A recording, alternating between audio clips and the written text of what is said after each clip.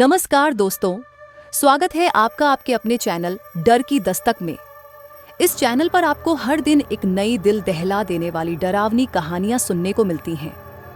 क्या आपने कभी सोचा है कि जमशेदपुर की मशहूर टाटा स्टील फैक्ट्री, जो भारत की औद्योगिक शक्ति का प्रतीक है, रात के अंधेरे में एक खौफनाक और रहस्यमयी जगह में बदल जाती है। हर दिन वहां सैकड़ों लोग काम करते हैं, लेकिन क्या हो अगर आपको बताया जाए कि कुछ लोग वहां से कभी वापस नहीं लौटे और उनका सच आज भी फैक्ट्री की दीवारों के पीछे दफन है। आइए जानते हैं क्या है कहानी जमशेदपुर के टाटा स्टील कंपनी की। लेकिन उससे पहले आप सबसे रिक्वेस्ट है, अगर आप चैनल पर पहली बार आए हैं तो वीडियो को लाइक कर चैनल को सब्सक्राइब करना ना भूलें, क्योंकि आपका प्यार और साथ ही हमें मोटिवेट करता है। ये कहानी शुरू होती है 1995 की सर्दियों से। फैक्ट्री अपने चरम पर थी और सैकड़ों मजदूर वहां दिन रात मेहनत कर रहे थे। लेकिन उसी साल फैक्ट्री के सेक्टर 13 में कुछ ऐसा हुआ जिसने सभी को झकझोर दिया। फैक्ट्री के कई कर्मचारी अचानक गायब होने लगे। किसी का कोई पता नहीं चलता था। कुछ ने कहा कि वे अपने परिवार को बिना बताए छोड़कर चले गए, लेकिन कुछ ने कहा कि वे कभी फैक्ट्री से बाहर निकले ही नहीं। उस समय के सुपरवाइजर मोहन लाल को इन गायब होने की घटनाओं पर शक हुआ। वह अक्सर कहते थे, यहां कुछ सही नहीं है। जब रात में फैक्ट्री का पुराना शेड नंबर 13 बंद होता है तो वहां से किसी के रोने और चीखने की आवाजें आती हैं। शेड नंबर 13 को फैक्ट्री का सबसे पुराना हिस्सा माना जाता था। 1925 में जब फैक्ट्री की स्थापना हुई थी, तब इस हिस्से का उपयोग कच्चे लोहे को गलाने के लिए किया जाता था। लेकिन 1980 में एक बड़ा हादसा हुआ। एक ब्लास्ट फर्नेस फट गया और उसमें काम कर रहे 11 मजदूर जिंदा जल गए। कहते हैं कि उनके शव कभी बाहर नहीं निकाले गए और वहीं फैक्ट्री के अंदर दफन हो गए। उस हादसे के बाद से ही शेड नंबर 13 को बंद कर दिया गया। लेकिन मजदूरों का कहना था कि वहां 13 से अक्सर किसी के चलने की आवाजें आती थीं। 1995 में गायब होने वालों में से 2 मजदूर, रवि और विजय, काफी लोकप्रिय थे। वे दोनों हर रात ओवरटाइम करते थे और शेड नंबर 13 के पास से गुजरते थे। एक रात विजय ने रवि से कहा, क्या तुमने कभी महसूस किया है कि जैसे कोई हमें देख रहा है? जब भी मैं इस शेड के पास आता हूँ, मुझे ऐसा लगता है कि कोई हमारी हर हरकत पर नजर रख रहा है। रवि ने इसे मजाक में टाल दिया, लेकिन उसी रात विजय गायब हो गया। अगले दिन जब लोगों ने उसे ढूंढने की कोशिश की तो शेड नंबर 13 के पास से एक अजीब सी गंध आ रही थी। जब गार्ड्स ने वहां जांच की तो उन्हें फर्श पर जले हुए जूते और एक आधा पिघला हुआ हेलमेट मिला।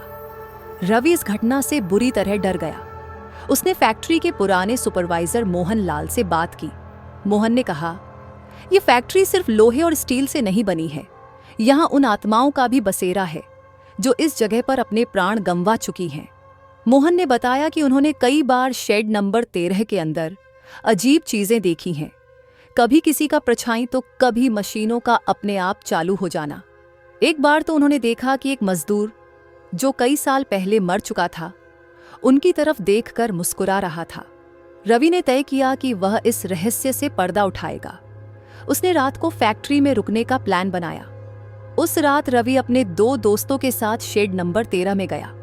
वे सभी टॉर्च और कैमरा लेकर गए। अंदर का माहौल बेहद ठंडा और अजीब था। चारों तरफ जंग लगे हुए लोहे और पुराने उपकरण पड़े थे। जैसे ही उन्होंने कमरे के अंदर कदम रखा, एक अजीब सी आवाज सुनाई दी। ऐसा लगा जैसे कोई जोर जोर से सांस ले रहा हो। अचानक एक पुरानी मशीन अपने आप चालू हो गई। रवि ने कैमरा घुमाया और देखा कि एक परछाई उनके पास से गुजरी। अचानक उनके चारों तरफ चीखने की आवाजें आने लगी। ऐसा लगा जैसे कई लोग दर्द में चिल्ला रहे हों। तभी दीवार पर खून से लिखा दिखा, तुम यहां क्यों आए हो? रवि ने डर के मारे वहां से भागने की कोशिश की, लेकिन दरवाजा अपने आप बंद हो गया। तभी एक हल्की रोशनी के बीच कई आत्माएं प्रकट हुईं। वे सभी जले हुए शरीरों की तरह दिख रहे थे। उन आत्माओं में से एक ने कहा, हम वही हैं जो इस फैक्ट्री में मरे थे। हमारे साथ हुए अन्याय का बदला अब तक नहीं लिया गया। रवि ने कांपती आवाज में पूछा, तुम्हें क्या चाहिए? आत्माओं ने कहा, हमें न्याय चाहिए। हमारे परिवार आज भी भूखे हैं। हमें यहाँ जिंदा जलाया गया और हमारी मौत को छिपा दिया गया। रवि ने वादा किया कि वह इन आत्माओं की कहानी सबको बताएगा। तभी दरवाजा खुला और वे सभी किसी तरह वहां से भाग निकले। रवि ने अगले दिन पुलिस और पत्रकारों को इस घटना की जानकारी दी। जब शेड नंबर 13 की खुदाई की गई तो वहां से 11 कंकाल मिले। जांच में पता चला कि 1980 के हादसे को एक बड़ी गलती की वजह से छिपाया गया था। आज शेड नंबर 13 को पूरी तरह से बंद कर दिया गया है, लेकिन लोग कहते हैं कि रात के वक्त वहां से अब भी चीखने की आवाजें आती हैं। शायद वे आत्माएं अब भी न्याय की तलाश में हैं। तो अगली बार जब आप जमशेदपुर की टाटा स्टील फैक्ट्री के पास से गुजरें तो ध्यान रखें, वहां की दीवारों में सिर्फ लोहे की गंध नहीं बल्कि आत्माओं की चीखें भी दफन हैं।